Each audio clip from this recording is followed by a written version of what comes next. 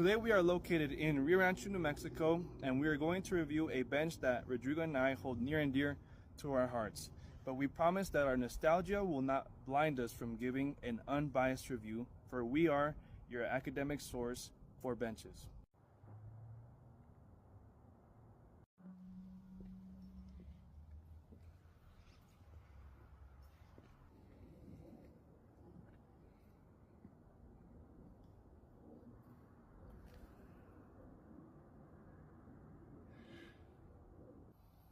Sitting here right now in my childhood bench, I am overwhelmed with emotions of memories of my past childhood.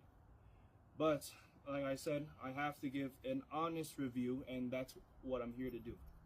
So, the clay surface to this bench, I would have to say it is not comfortable for the glutes. If you're planning to sit here for a while, it's going to be quite harsh. But I do have to commend the mason for the beautiful flagstone stacking that he has on the bench. Truly an eye catcher. And what I would like to say, the flagship for this bench has to be the view. Rodrigo, if you don't mind showing what we have.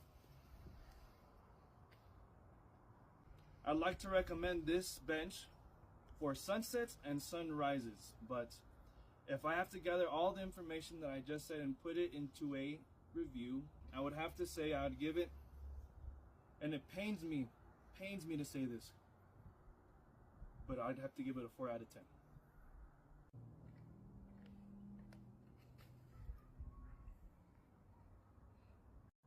As I sit here at a childhood bench where I've shared so many memories, I am just absolutely filled with nostalgia.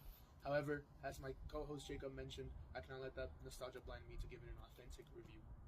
The clay surface of this bench is quite uncomfortable to sit on, especially for extended periods of time. And as you may have noticed by now, this bench does lack an armrest and a backrest. And although it's not a deal breaker, I do prefer those luxuries whenever they are available.